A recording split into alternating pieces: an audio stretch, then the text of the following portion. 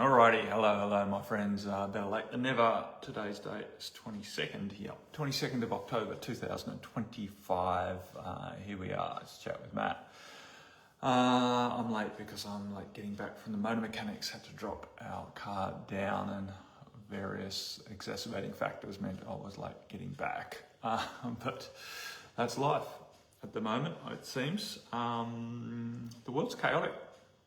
Very hard to predict how life's going to unfold at the moment, it seems. I guess it's always been that way to some degree, but it seems more obvious these days that we're out of control. We're out of control. Best laid plans, going through it ahead of it, not through lack of forethought. Had it all planned out how I was going to get to the motor mechanics and back well in time to start this at 9 o'clock, but it didn't happen. And it seems that's been a bit of a ongoing theme or scenario or experience in my life, and I guess in a lot of people's lives, that the world's getting more unpredictable. And that makes it hard for those of us who sort of are programmed into honouring sort of accountability and keeping time and doing what you say you're going to do, etc., etc. The idea of letting people down is difficult, and it's good practice because at the end of the day we can only be accountable based on our intentions.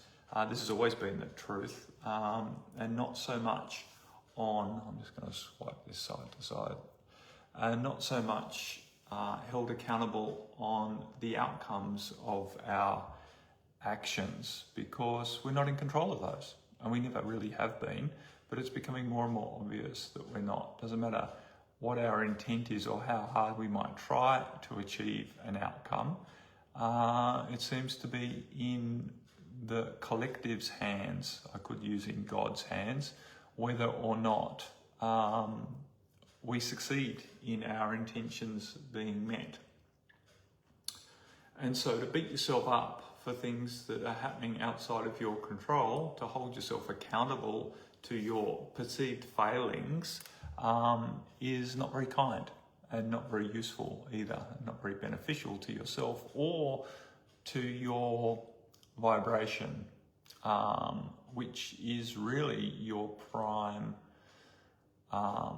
duty or purpose, really, is to be a high vibration here on the planet at this time.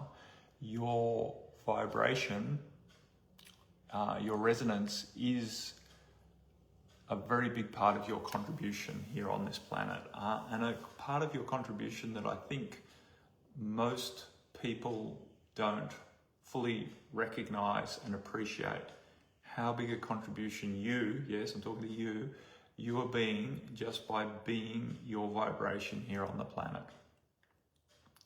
A higher vibration than the average is helping to lift the average, and that is important right now. It is very, very important. It always has been important, but now more than ever during this time of transition and transformation and change of era, if you like, that is very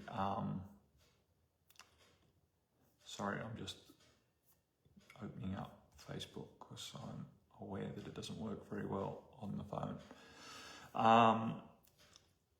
and aware of how much influence your vibration is and what a big contribution, what a valid and valuable contribution that is to the collective and to what we might call God's source universe.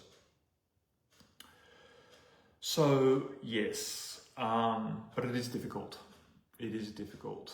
And one of the reasons I struggled a lot while being overseas with delivering these live streams and a lot of other of my ongoing purpose work was the idea that I was not reliably able to deliver on the time frame that I had set myself.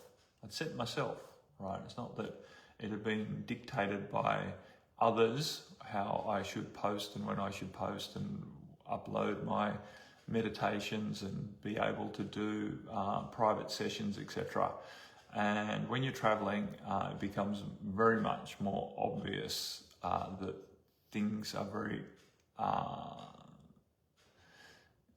not predictable, very not predictable, not very predictable, probably a better way of saying it, not very predictable at all in terms of how good your internet connection is, whether you have a quiet space to deliver, a private space to deliver said offerings, etc., etc.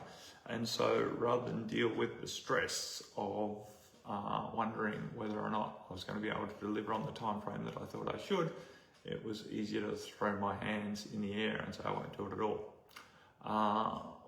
which potentially was a shame or a mistake or whatever, but in other ways has given me a lot of other learning as well.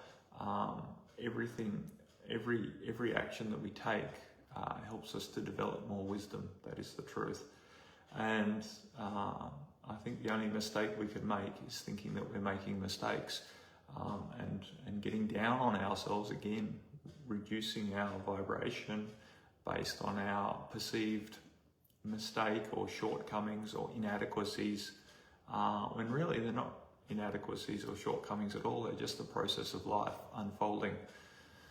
So the more that we can maintain that perspective that this is just the process of life unfolding, and my intention is to show up as best that I can, which is an open-ended thing, right?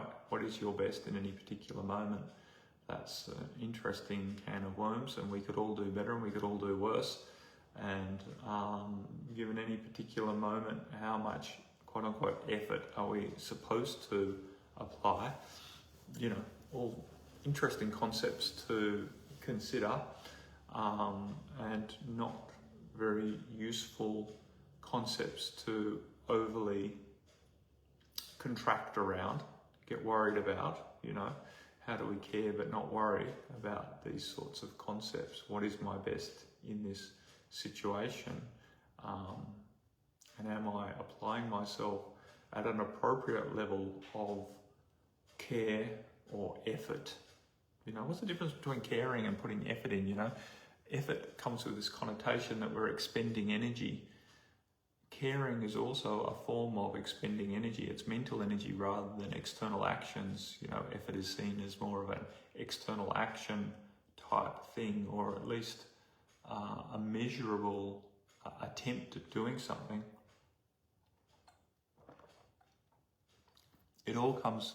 A lot of it comes back to this concept of whether we're a human being or a human doing, you know, and we've been very much programmed into human doingness and measuring our success on what we are doing, what we're achieving, even if that doing is thinking, that thinking or ruminating or considering is put into an action state, an action perspective, as opposed to just our beingness, our vibration on the planet, our contribution via resonance, vibration, presence, you know, our presence, which comes with a level of consciousness, you know. So we can be conscious of a situation without overly thinking about it, right?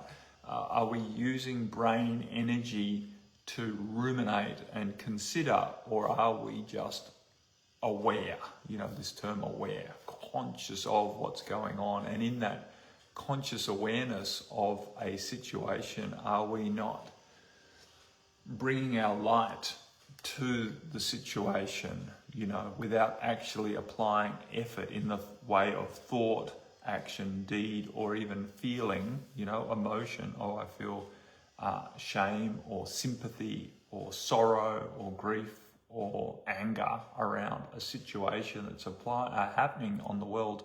Can we be in a state where we're not actually expending that energy, right? Because that emotional energy that we expend, say on getting angry or upset about something that's happening on the other side of the world, or even just happening down the road, is that actually a valid contribution to that situation? Are we actually helping the situations by expending that energy on emotion. I'm not saying emotion's wrong by any stretch of the imagination. I think emotion is a very much a valid part of the human experience. But a lot of people get very stuck in the emotional response to a situation and do nothing to actually help the situation, not in action, not even in thought, or in bringing a higher vibration consciously to that situation, right? Which we can do without actually applying much effort, just in a strongly held intent. Now, a strongly held intent doesn't mean that we think about it all of the time. It's just that we are deeply, soulfully committed to it. Soulfully committed doesn't mean that we need to keep applying more emotional energy or mental energy to it. It's hard to describe it. It's like if you go back to the castle, which I know is an analogy a lot of people won't get, but it's the vibe of the thing, right? It's your energy around the thing, not how hard you are thinking about it, or how much you're worrying about it, or how much emotion is involved or entangled in the situation. Can we just bring our conscious awareness to situations that are happening around the world and apply light very naturally to that with an intent to be useful, helpful, rather than getting upset, thinking a lot about it, talking a lot about it, maybe making some actions, protesting, etc., right? The activist mentality, getting out there and shouting in the streets. But is that actually lifting the vibration of the situation? I know there is time and a place for raising awareness of a situation, and that involves talking, maybe even protesting, being active in your commitment to helping something unfold. But is it truly helpful all of the time? You know, hi Marie, just making a cameo through the background. So yeah, as I said, there are times and places to protest and to lift awareness of situations, but there's, I think, a lot of unrecognized benefit in simply holding space, being consciously aware of something without overly worrying about it. You know, care but don't worry, and consciously choosing to hold a space of high vibration, you know, a space of intentionally uplifting the goings on that are creating disturbance in other parts of the world or other people's sphere of experience, you know, their pain, their suffering, whether that be humans, animals, or the environment, Earth herself. There's plenty of cause for care on the planet. Plenty of shit is going down right now. And I know that that's really hard, and as empathic, soul-based, heart-based people, it's hard to be okay with the fact that other people are suffering right now, and animals are suffering, and the environment is suffering, and all sorts of systems and circles of existence are suffering right now, experiencing pain and discordance. But we're not in control of it. We never were and we never will be, but we do have an influence over it, and we can probably better influence the situation by being in conscious awareness and holding a high vibration, rather than diminishing our own vibration by becoming overly upset by what is going down. So yeah, that is happening. There's a bunch of other stuff happening out there in the world. You know, a lot of unknowns right now. We've got comets and asteroids or whatever happening in the heavens right now. I still haven't managed to see them. The comet that's passing by over the next few days or maybe week, only comes past every 15,000 years or so, it said on Facebook. I'm sure Facebook wouldn't lie to me about that.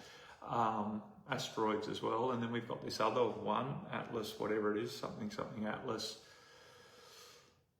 30 odd kilometres or miles or feet, or I can't remember how big it is, pounds maybe, I don't know, but it's big.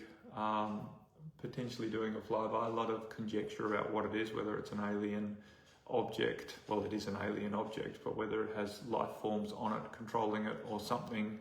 Also very interesting to think about, potentially coming through in 40 days or so. Who knows? It's hard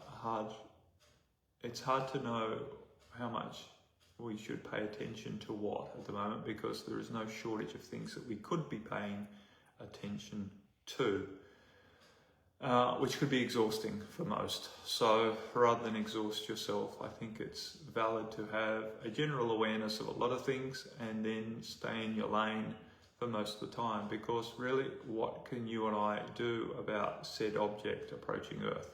Should we be panicking? What is that going to achieve? Should we be preparing to die? I think it's always valid to be ready to die. I think that's good advice for all of us, and I know that's hard advice for most people to hear. So most people don't consider it a cheery subject to talk about, but let's face it, none of us know when our time is up. None of us know. And I think if anything, over the last 5 years or so, we should be aware that people are dropping dead left, right and centre. That's just what's happening. I don't need to get into various conspiracy theories or reasons why that's happening, but it is happening. And while none of us, quote unquote, want to die generally, or some of us do from time to time, have the feeling that maybe we'd be better off dead, it's a pretty normal, I think it's a pretty normal human experience. I know, again, very taboo, and most people don't want to talk about it, and most people feel guilty if they have those thoughts or feelings, because we've been programmed to think that, quote unquote, suicide is a very bad, wrong thing. It's a big sin in the world. I don't think that's helpful in general to maintain that perspective. I'm not saying that suicide's a great option most of the time, but I think making it bad and wrong doesn't actually help minimize the effects and or the propensity for people to choose that option. But anyway, getting back to, we should all be prepared to die. I think it's, in order to truly live, one should not be fearful of dying, right? That's very sage wisdom.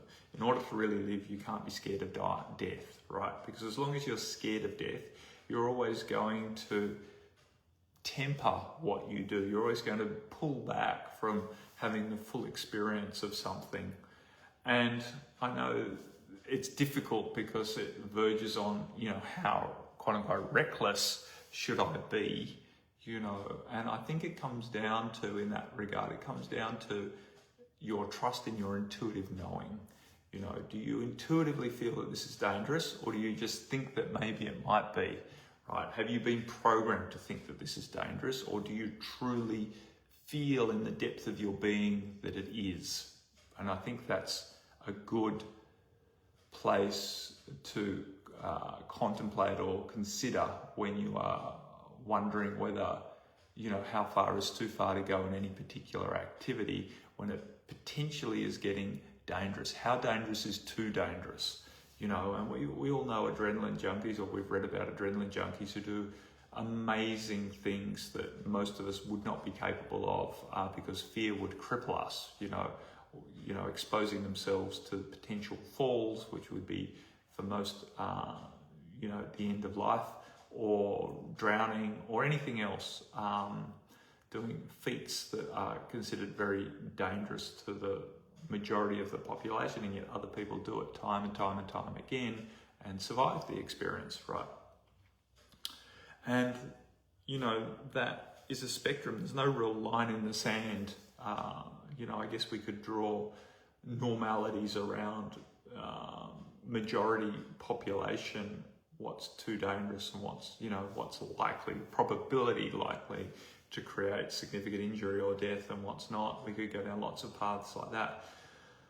But why would we apply normal to ourselves when we're divine beings having a human experience, when we have the opportunity to really step into living an expansive life.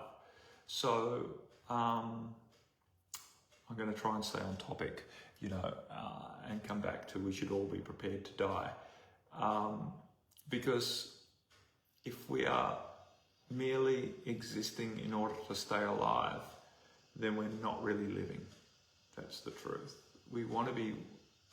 Our soul wants to be on the edge. And I'm not always talking about on the edge of physically dying, but trying things that are on the edge. And that might be opening up to a conversation with someone and it feels risky to you to have the conversation. It feels vulnerable. It feels intimidating to be that intimate. It's interesting that intimidating is very similar to the word intimacy, right?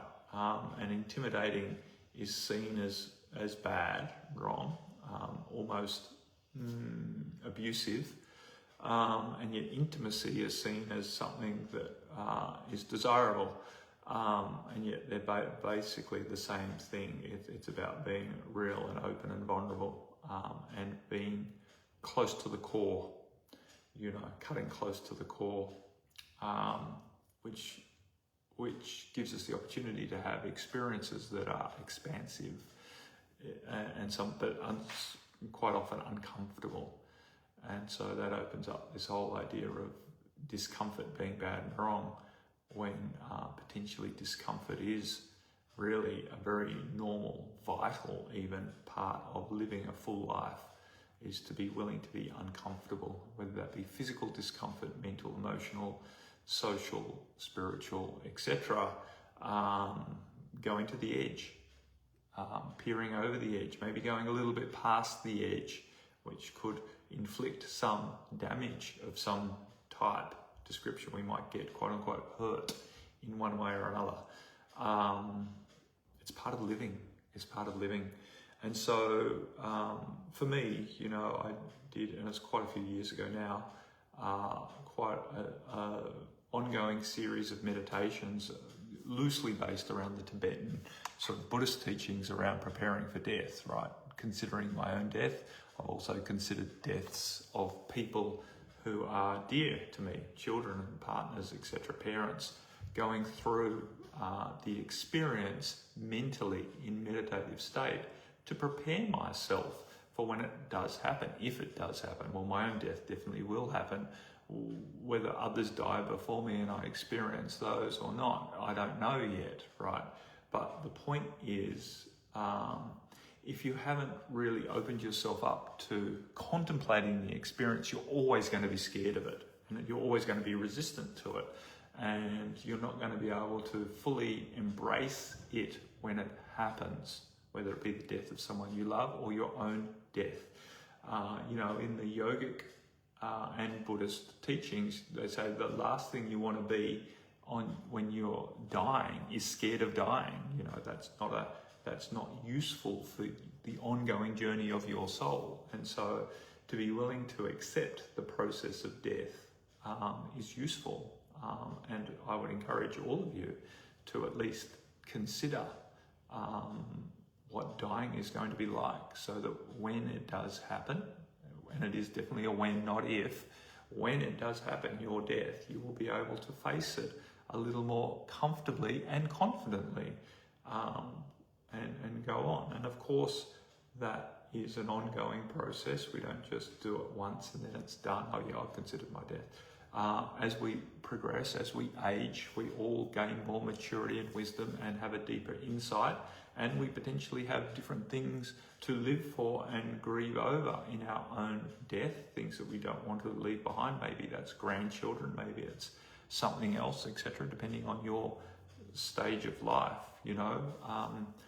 We all have at different times different things that we are living for, different things that bring great joy into our life and that we are attached to. No one is completely non-attached to their human existence, otherwise they wouldn't bother taking the next breath. So attachment, although the Buddhists say is the root of all suffering, and there's truth to that, is also a very normal, natural part of living. So it's not that we get rid of attachments, it's just we learn how much emphasis we put on our attachments. Anyway, my friends, sorry,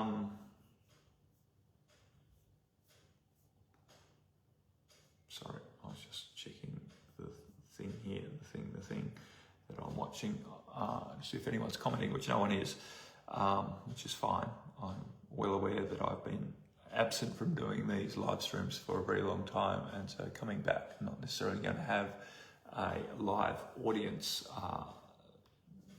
at first, but as I think I said last week in my candid sort of expose of my own mental health journey over the last few months, 5 months or so, it's good therapy for me to get up here, and I do feel that I am being purposeful when I allow myself to just ramble and speak about whatever comes to mind. And I am also very happy to answer any questions that pop up, whether that pops in live as I am talking, or whether people write in ahead of time on a little notification post, which I will endeavour to put up before I come on live, whether that's an hour before I come on live or 12 hours before I come on live. The 12-hour version is more what I aim for, but not always achievable, or doesn't always happen. Possibly always is achievable, but whether it happens or not, again, I can have good intention, but doesn't always happen. Anyway, friends, I've probably given you enough to ruminate over in this little chat.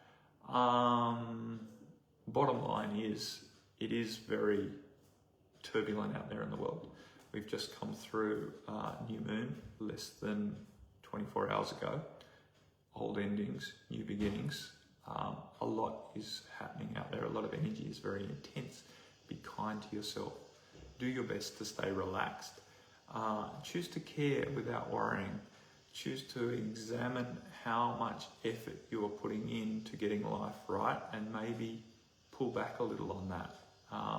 And give yourself some space and honor more of your beingness, and put a little less emphasis on how much you have to do, whether that doing is thinking, worrying, feeling sympathetic, feeling angry, feeling sad.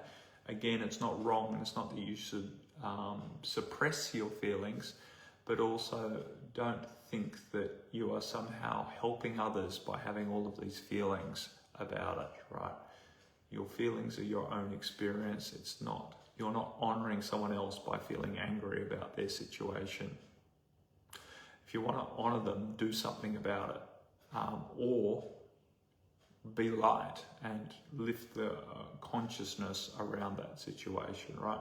Your intentions, your prayers are much more useful than your anger or your sorrow.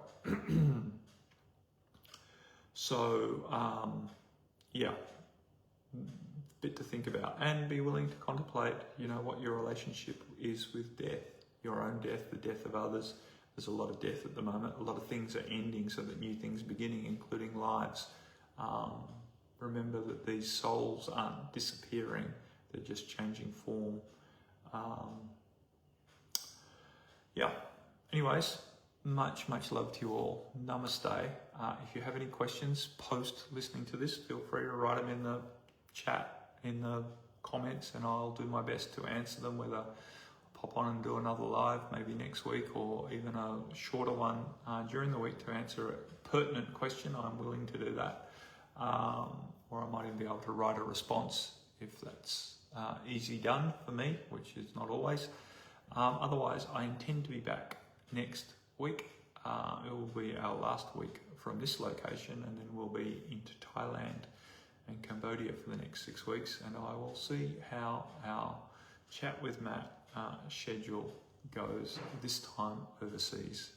No promises, but I would like to think that I'll do a better job at showing up. Anywho's, much love to you all. Namaste. I will speak to you again soon. Bye for now.